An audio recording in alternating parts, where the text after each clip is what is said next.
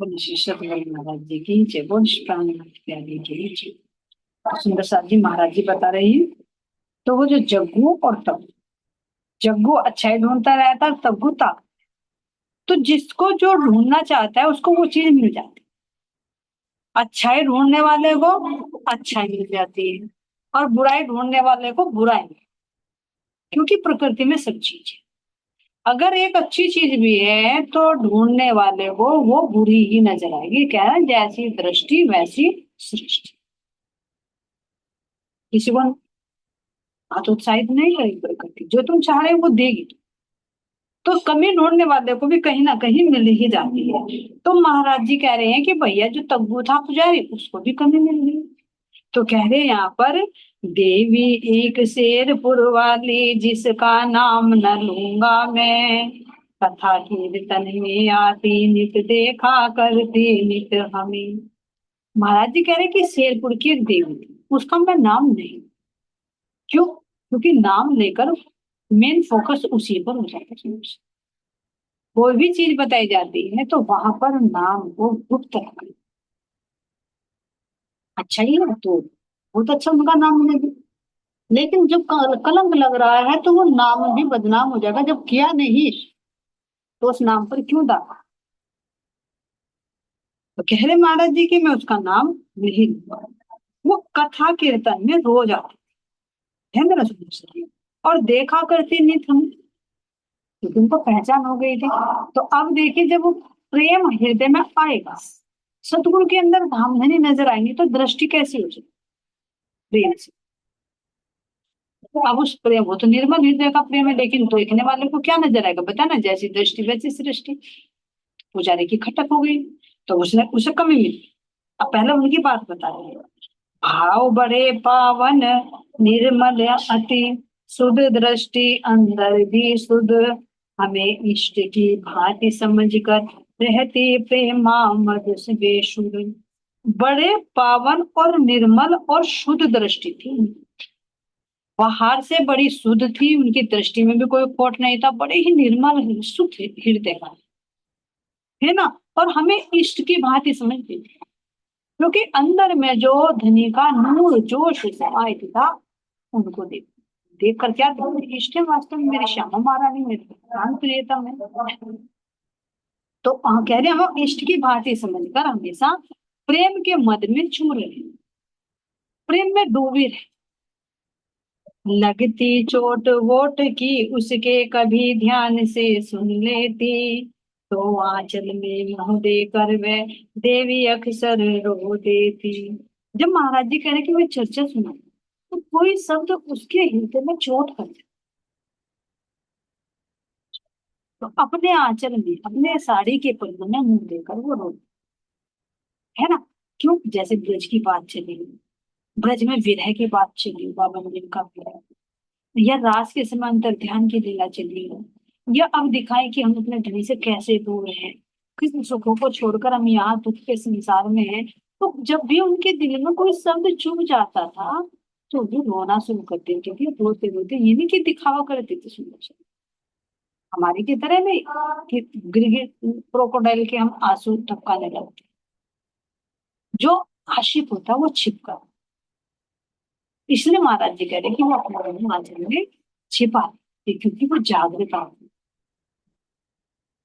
था। अटपटा हाल कुछ अपना जब बकने हम लग जाते, साधारण तो साधारण पंडित भी समझ नहीं पाते। महाराज जी कह रहे मेरा हाल तो ऐसा था कि जब बकना शुरू कर देता बकता रहता, और मेरे बात को सामान्य तो क्या, साधारण तो क्या, कोई तुमने आपको पंडित समझे ना, वो भी नहीं समझे। ऐसी टेढ़ी बातें थी महाराज जी। जिसको वो समझाना चाहते थे वो समझ, क्यों? क्योंकि बाहर की बुद्धि का काम नहीं समझना। पंडित बुद्धि होती है बाहर की, लेकिन प्रेम आत्मा का हृदय। तो प्रेम की भाषा प्रेमी समझता है, ज्ञान की बातें ज्ञानी, वेद शास्त्रों की बातें ज्ञानी पंडित समझते। लेकिन वो तो प्रेम में डूबे हुए थे, महाराज जी प्रेम की बातें करते थे। तो कह रहे हैं, हमें होश खुद कम रहता था, किसकी बात किसे कह दे, पात्र कुपात्र न लखते बिल्कुल, नेत्र मूंदे जैसे रहते। हमें तो होश खुद कम रहता था। हम किससे क्या बात कह दे हमें पता ही नहीं चलता। ये ना, महाराज जी कह रहे हैं जब हम उस प्रेम रस में डूबे, जैसे सुनने वाला उस प्रेम रस में डूबा हुआ है, तो महाराज जी भी तो उसी प्रेम रस में डूबकर वो अनित चर्चा सुना रहे। कौन सुना रहा है? अंदर में बोलते हुए धामधनी। अंदर में क्या ना, मेरे अंदर तो शुक्र बैठ कर लीला कर रही है, मेरे तो गाड़ी देखी जा रही है। तो अंदर में जब प्रियतम बैठे तो वो भी तो मीठी मीठी प्रेम की बातें करेंगे। लेकिन देखने वाला क्या देखेगा कि बाहर एक स्त्री का तन है और एक पुरुष का तन है, तो भैया कुछ ना कुछ गड़बड़ा घोटाला। ये भी एक हंसी हो गई सुंदर सा। जब हमेशा प्रेम में डूबे रहते थे,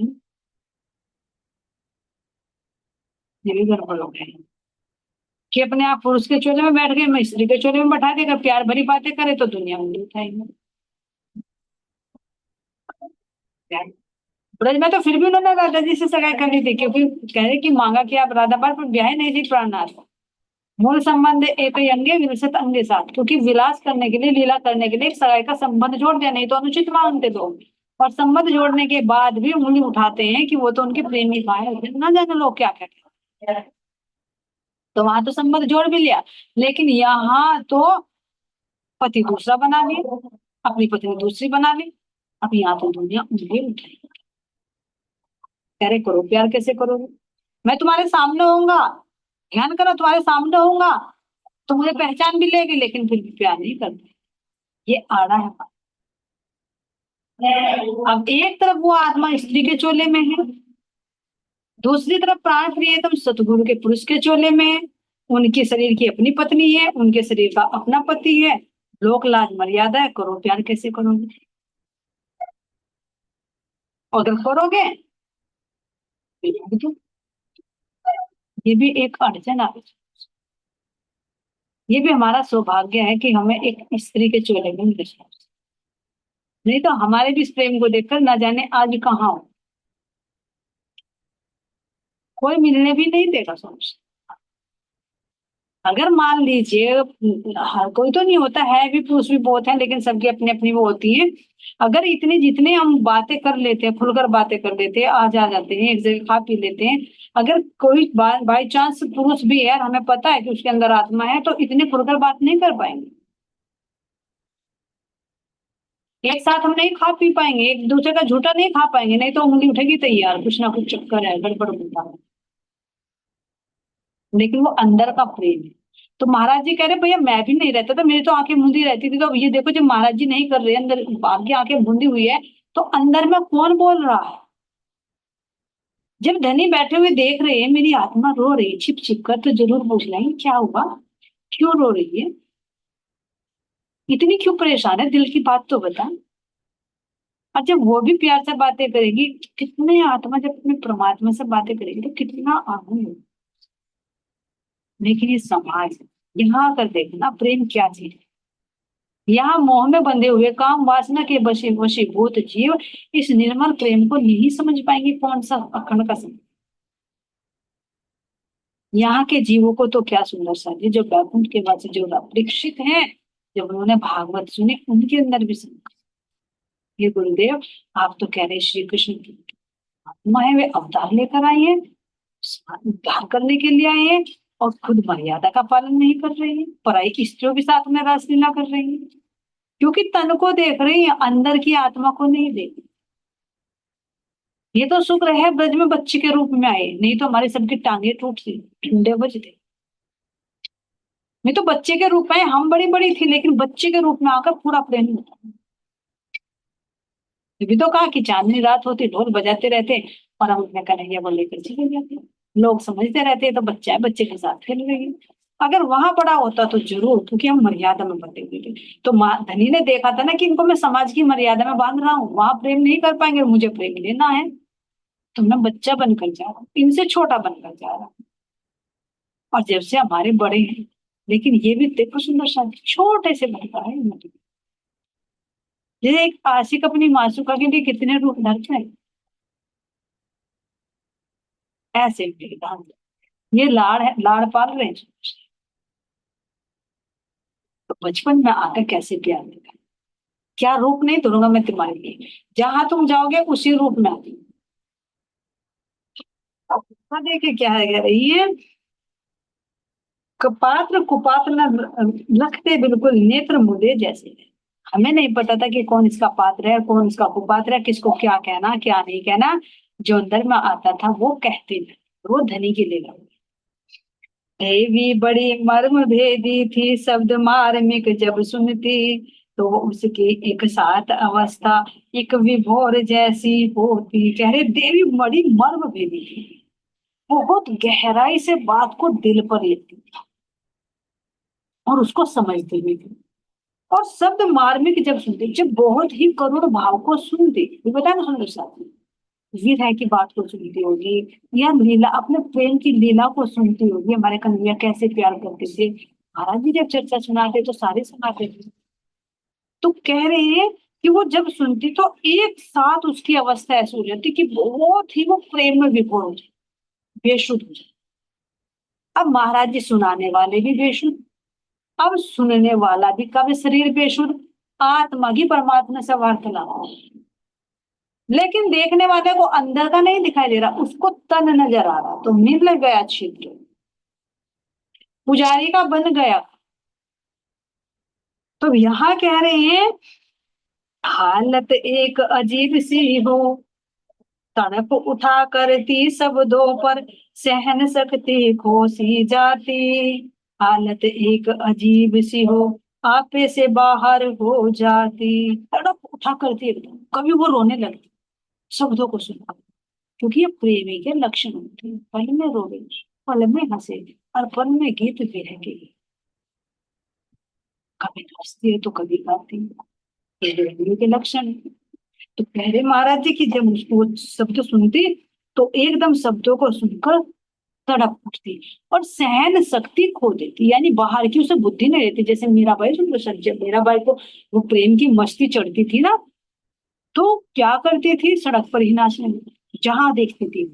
तो लोगों के अंदर तो ये लगा हुआ ये तो कुल की मर्यादा को कलंकित कर रही है, एक राजघराने की होकर, बड़े कुल की होकर बहू और सड़कों पर नाचे, साधु संतों की मंडली में नाचे, तो उनको अच्छा नहीं। लेकिन वो अंदर का प्रेम जब, ये ध्यान देना सुंदर साहब जी, ये धनी की मेहर है जो तुम्हें इतना नहीं थी।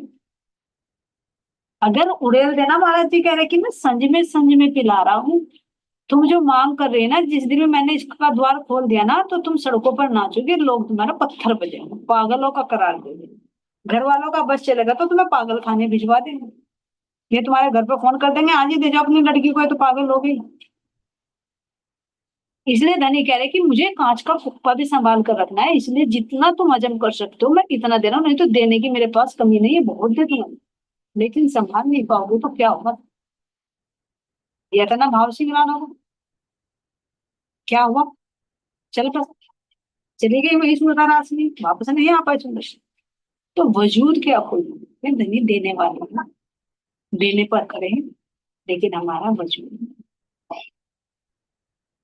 तो अब यहाँ देखिए सुंदर सा जी कह रही है कि वो तड़प उठती थी और सहन शक्ति खो जाती थी उसको, इतना प्रेम में गणित हो।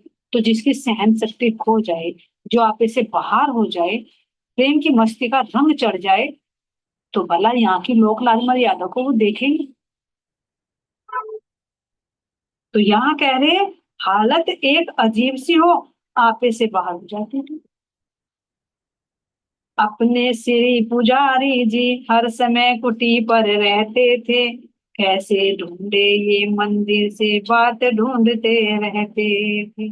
कह रहे जो अपने पुजारी थे बिल्कुल ये कुटी पर इसी मंदिर पर रहते थे, वो भी देख रहे थे सब कुछ।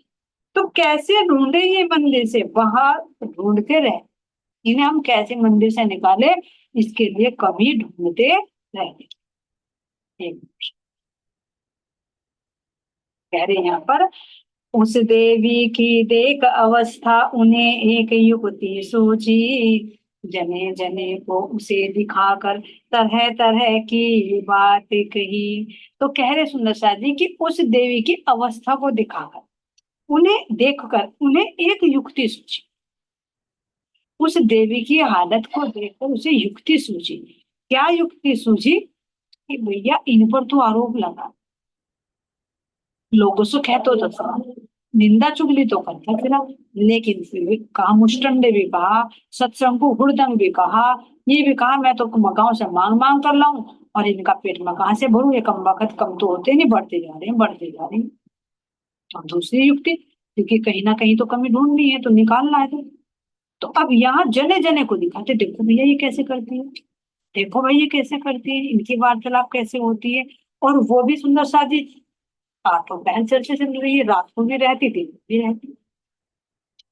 तो उन्हें दिखाकर तरह तरह की बात कहने लगे। और क्या कह रहे सुंदर साज जी, कि बदनाम बहुत लोगों में, पदवी व्यभिचारिणी की भी, यहाँ प्रेम लीला होती है, फकत ढोंग है यह भक्ति। महाराज जी कह रही हैं कि लोगों को दिखा दिखा कर उसको बदनाम कर।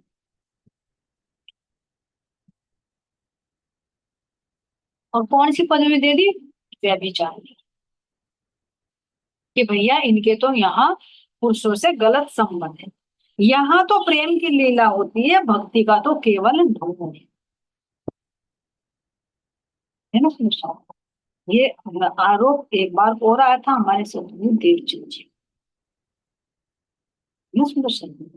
कहाँ पर, जब वे चोपड़ा मंदिर चाकला मंदिर में बैठे राम जी भाई के यहाँ चर्चा होती थी, है ना, तो वो दीपक जलता रहता था, तो चौकीदार उन्होंने कहा था, पुलिस वाले ने दो भेजे थे सिपाही की, जाओ वहां पर स्त्री पुरुष रात रात भर बैठकर वहां चर्चा करते हैं, तो तुम जाओ वहां पता तो लगाओ भाई क्या बात होती है।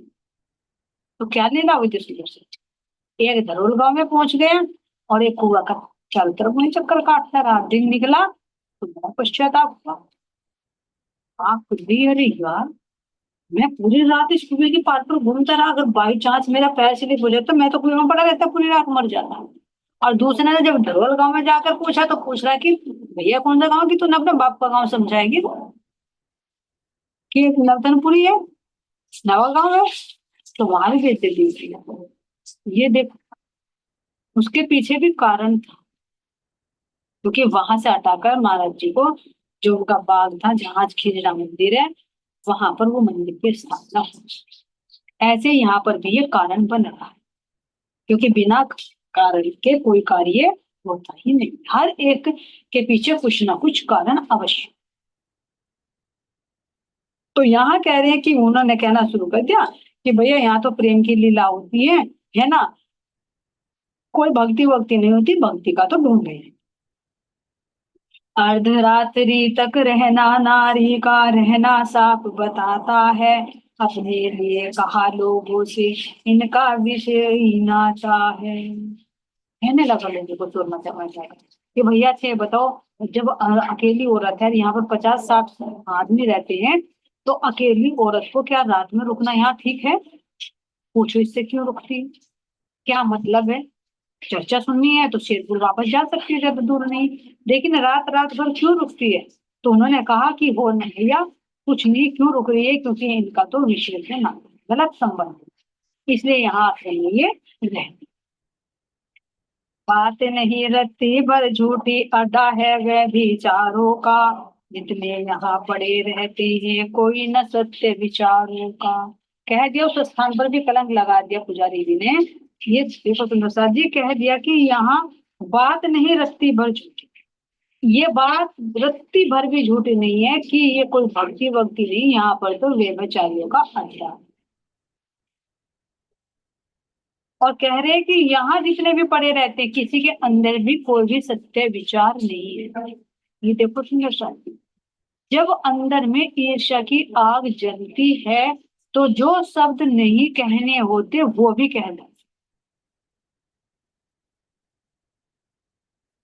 और जबकि वो रह रहा है, पता है कि कितना यहाँ भंडारा भी चला, कितना यहाँ मंदिर के भी पुनर्निर्माण हो गया सुंदर साथ जी, है ना, चर्चा ऐसे तो नहीं उसके कानों में नहीं पड़ती, और ये तो नहीं कि सात्विक विचारों का नहीं होता, भले ही पूजा भी करे, कह रही इस माया ने ना तो साधु को छोड़ा ना ही दुष्ट को छोड़ा, सबको ये अपने चपेटे में ले लिया।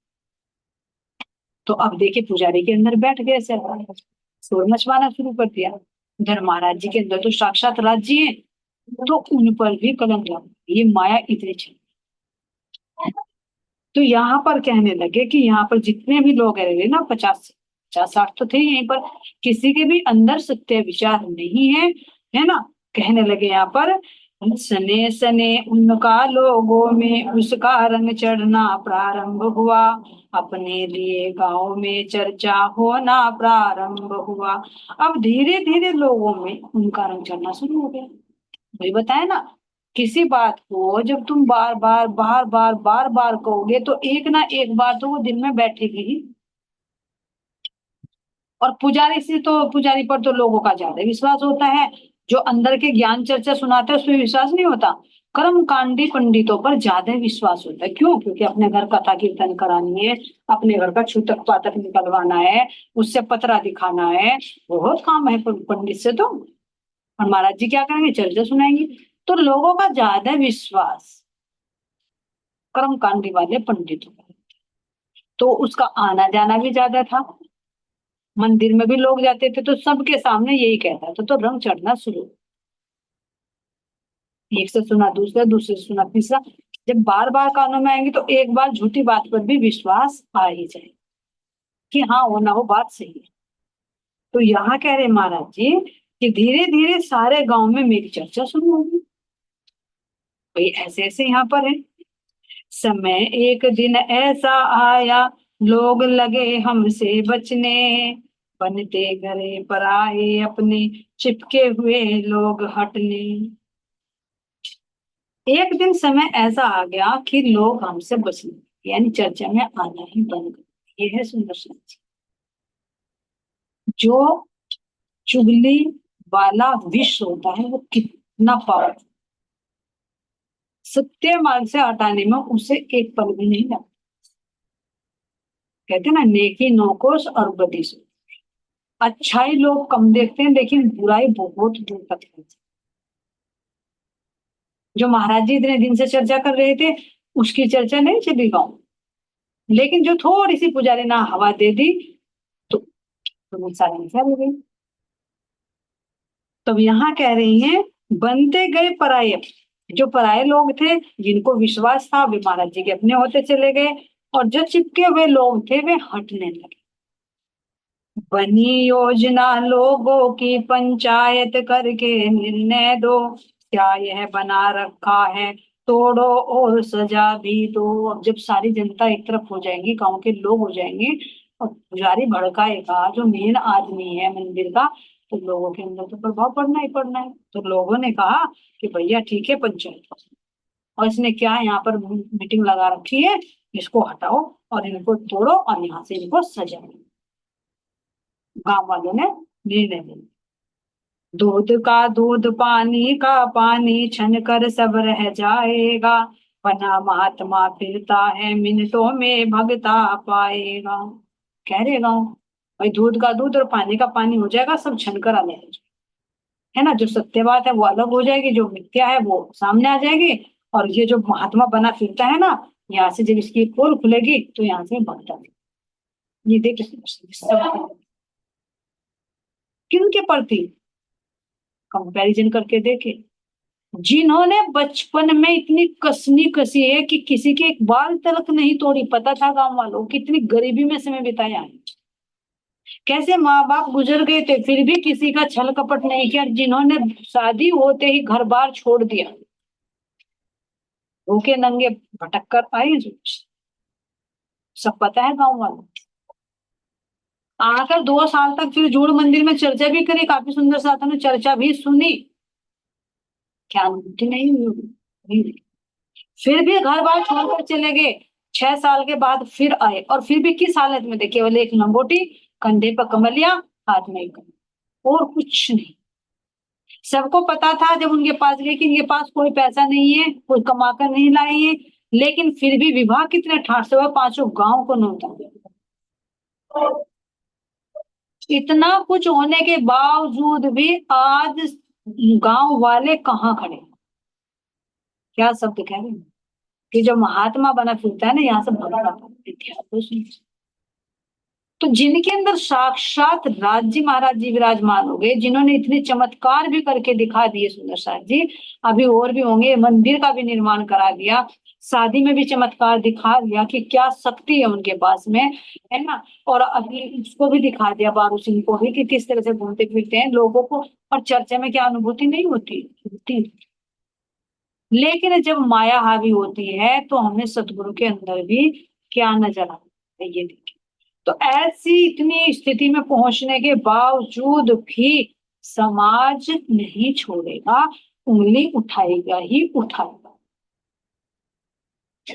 अगर फिर हम ले कि हमारे को उंगली उठ रही है तो हम इस सज्जन को छोड़ दें, जब इतने पूर्ण स्वरूप पर भी उंगली उठाएगी तो हम किस खेत की मूली है।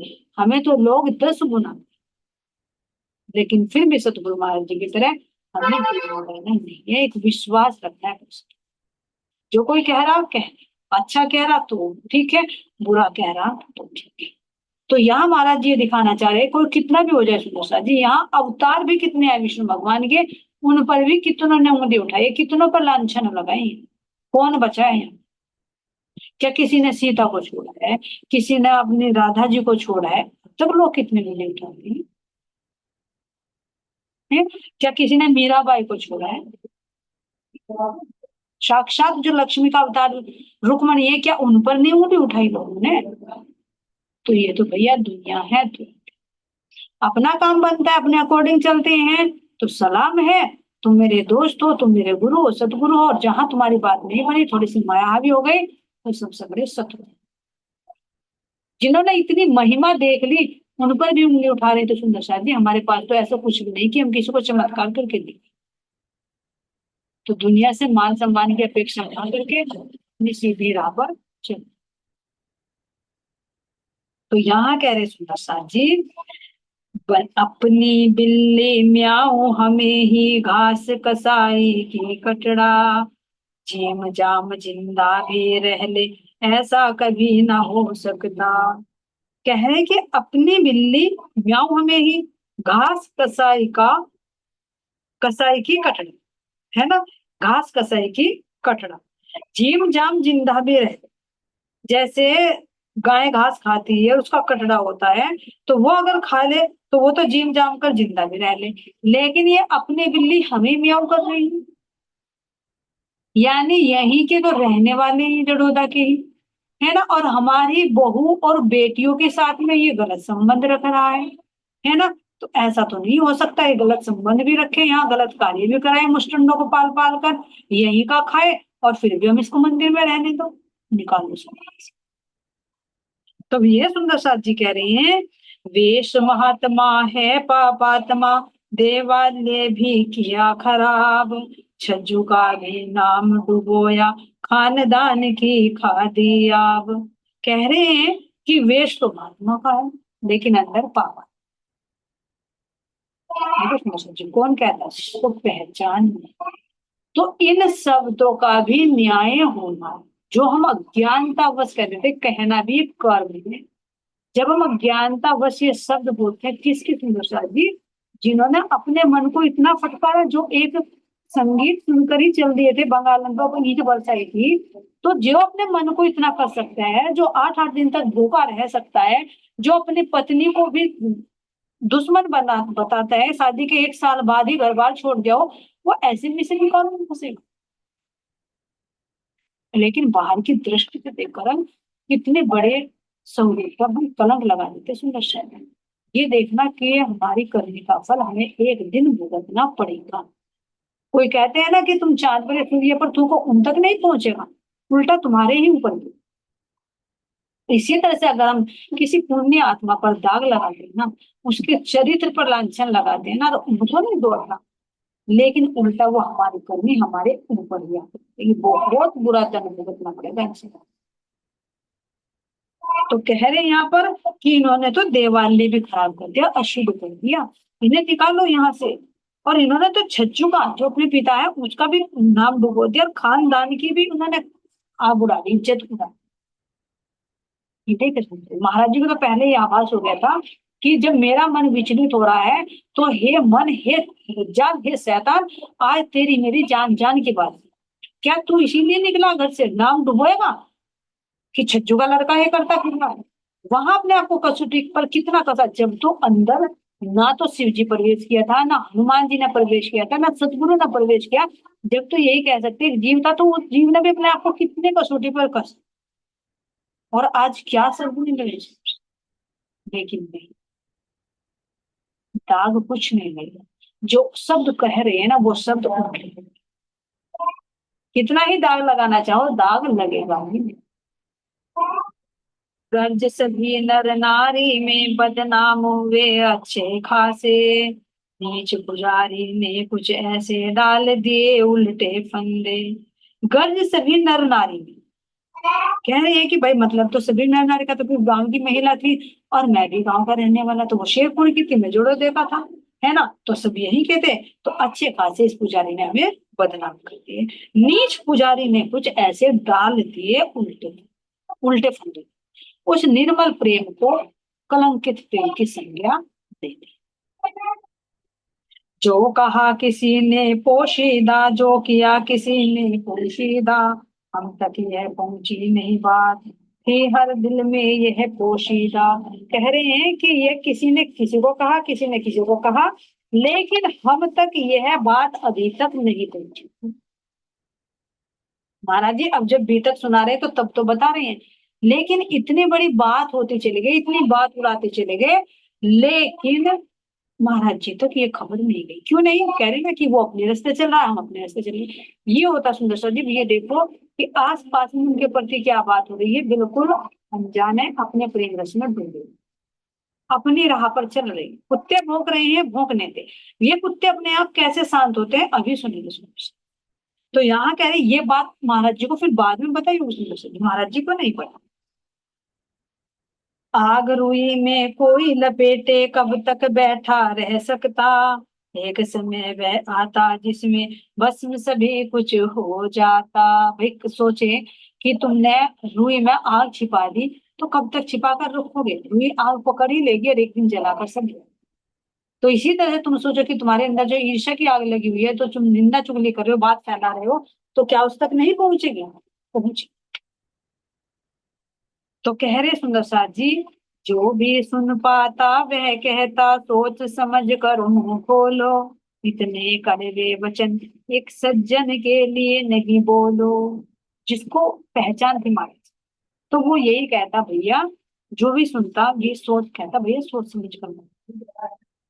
ये समझदारी होती है समझने। एकदम सुने हुए पर किसी के चरित्र पर कोई दाग, ये सबसे कच्चा दाग होता है। किसी के चरित्र पर, क्योंकि कहते हैं कि धन गया तो गया, लेकिन चरित्र एक बार गया तो वो फिर सुना नहीं। लेकिन अगर हम सच्चे हैं तो हम कोई हमारा बिगाड़। तो जिसको महाराज जी की पहचान थी, उन्होंने कहा या भैया सोच समझ कर बोलो, ऐसे सज्जन पर तुम ऐसे दाग ना लगाओ। क्योंकि वे दृष्टि में क्या करे भैया, बाहर से तो एक गृहस्थी नहीं है, कोई पहनने के खाने के शौकीन नहीं है, तुम देख रहे हो साधु सन्यासी महात्मा के इस देश में रह रहे हैं, तो कम से कम उन्हें सज्जन पुरुष मानकर ऐसे शब्द तो ना बोलेंगे तुम। किंतु गांव के दुर्बुद्धों ने ऐसा किया प्रचार पर बल, जितने अपने न्याय के रहा ना उन पे कोई हल। जो महाराज जी के पास आते थे उन्होंने कहा भैया सोच समझ कर मत बोलो, ऐसे मत बोलो उनके बारे में, हमें पता है मैं कैसे। लेकिन जब सुंदर साहब की बुराई हावी होती है ना, बुद्धि हमारी दुर्बुद्धि होती है। कह रहे जो गांव के दुर्बुद्धि लोग थे ना, उन्होंने ऐसा प्रचार किया था कि जो मेरे अनुयायी थे, उनमें अब कोई भी, उनके पास कोई हल नहीं था, ये समस्या का समाधान कैसे करें? क्योंकि प्रेम तो हो रहा है, चर्चा तो हो रही है, लेकिन वो गलत संबंध से तो नहीं हो रही ना, वो आत्मिक संबंध की ज्ञान की चर्चा चल रही है, लोग उसको लौकिक पर घटित कर रहे हैं। तो अब यहाँ कह रहे सुंदर साथ जी, मुंशी मामराज सिंह ने जब देखा गांव वहां एक लोट, हमें जानते ही थे बिल्कुल उनमें नहीं एक भी खोट। तो मुंशी जो मान सिंह था, है ना, जिसके घर महाराज जी की बैठक होती थी, तो महाराज जी को अच्छी तरह से जानता था, है ना, और पंचायत का वो एक सदस्य भी था। तो कह रहे कि जब देखा गांव वहां एक लोग, सब देखा कि सारे गांव वाले एक ही तरफ है, तो ये तो जानते थे महाराज जी को कि महाराज जी में कोई खोट नहीं है, तो बड़े बड़े लोगों के साथ उनकी उठ बैठ। तो महाराज जी वे कह रहे हैं कि बड़े बड़े लोगों के संग पर वाकिफियत थी उनकी, एक पेश न चलने दी कुछ, हुए विवश जब पंडित जी। तो जब बड़े बड़े लोगों की बात चलेगी तो उन्होंने बात रखी कि महाराज जी को पहचानती उनकी, मुंशी को, मुंशी महाराज को। तो उन्होंने कहा भैया नहीं, ऐसे उनमें कोई खोट नहीं है और ऐसी बात नहीं है, तो तुम मेरी बात नहीं, है ना। तो बड़े बड़े पंडित वहां पर हार गए, जो मतलब गांव के, उनके नहीं चली। तो होकर लाचार बहुत हो आकर बोले मेरे पास, मैं जो कुछ कहने आया हूं तो है सिर्फ एक बकवास। तो यहाँ सुंदर साथ जी, उन्होंने, उन्हें पता चला कि गांव के लोग पंचायत करने वाले हैं। तो अब वो जो मुंशी मामराज था, उसके कानों में जब खबर आई तो वो तुरंत महाराज जी के पास गए और महाराज जी के पास जाकर बोला कि हाँ क्या, एक पेश चलने दी, वो कह रहे हैं कि वो लाचार बहुत हो आकर बोले मेरे पास। अब मुंशी महाराज को सारी बात पता चल गई, लोगों में कैसे कैसे कुप्रचार हो रहा है और कैसे वे पंचायत करने के लिए तैयार हैं। तो उन्होंने महाराज जी से आकर कहा कि महाराज जी मैं कुछ कहने आया हूँ, देखो है तो ये सिर्फ एक बकवास, लेकिन कहना आपके लिए जरूरी है। बकवास का मतलब फालतू की बात है, कोई काम की बात नहीं, लेकिन कहना जरूरी है। पर एक प्रार्थना तुमसे, यहाँ न रहना कल को आप, मैं बैठूंगा जब है आपकी, तुम मत देखो ऐसा पाप। तो उन्होंने सारी बात बताई कि ऐसे ऐसे पंडित ने प्रचार कर रखा है और सारे गांव के लोग एक मत हो रहे हैं, और कल पांचों गांव की पंचायत बैठने वाली है, पंचायत में कह रहे हैं कि दूध का दूध और पानी का पानी हो जाएगा और वहां आपको बुलाया जाएगा। तो उन्होंने कहा कि आप नहीं जाना, मैं बैठूंगा, क्योंकि उनके साठ गांठ के बड़े बड़े लोगों से छोटे छोटे लोगों की वहां पर क्या चलेगी। तो जब उन्होंने कहा मामराज ने कि भैया आप मत जाना, कि वहां पर क्या कह रहे, तुम ये पाप मत देखना कि लोग पंचायत करें, क्यों कह रहे हैं, गुंडे सिर पर बहुत हैं आपके, हुआ अगर आपका अपमान, तो हम उन्हें खत्म कर देंगे या दे देंगे अपनी जान। मामराज ने कह दिया कि भैया कोई बात नहीं महाराज जी, आप ऐसा पाप मत देखो वहां। और वहां इस पुजारी ने, गांव वालों ने मिलकर कुछ बदमाश गुंडे भी बैठा रखे हैं वहां पर, जो झगड़ा कर, अगर बाय चांस उन्होंने गलत शब्द बोल दिया तो वो हमारे से सहन नहीं होगा, फिर वहां युद्ध खड़ा हो जाए, हमारे से सहन नहीं होगा, हम अपने आप निपट लेंगे, आप मत जाओ। भाई कोई कहेगा तो हमें कहेगा, है ना। ये देखो सुंदर सा जी महाराज जी क्या भाव, कि हमारा अपमान भले ही हो जाए लेकिन आपके प्रति कोई ना अब सब नहीं। ये है सुंदर सा जी। पांचों गांव एक तरफ है लेकिन महाराज का विश्वास कितना, कि आपके खिलाफ हम एक शब्द भी नहीं सुन सकते, अगर उन्होंने कुछ कह दिया तो वहां खून खराब हो जाएगा, क्योंकि उन्होंने वहां गुंडे बैठा, इसलिए आप मत जाओ, वहां हम ही नहीं जाएंगे। और अगर वहां हमें जरूरत भी पड़ी ना, तो हम या तो उन्हें मार डालेंगे या हम खुद ही। आ गया ना जो श्लोक, ये होती है ईमान की परीक्षा, जैसे 12 ब्रह्मणियों की परीक्षा। इस स्थान तो कोई बिरला ही रुकता सुंदर से, नहीं तो एकदम पार्टी बदल लेंगे, दल बदल लेंगे, अरे इनको तो कलंक लग रहा है, एक तरफ हटो ना, तुम इनका साथ दो, तुम्हारे को भी दाग लग जाएगा, भैया ये तो महात्मा है, यहाँ नहीं रहेंगे दूसरी जगह चले जाएंगे, हमें तो गाँव में रहना है, अपनी तो इज्जत है।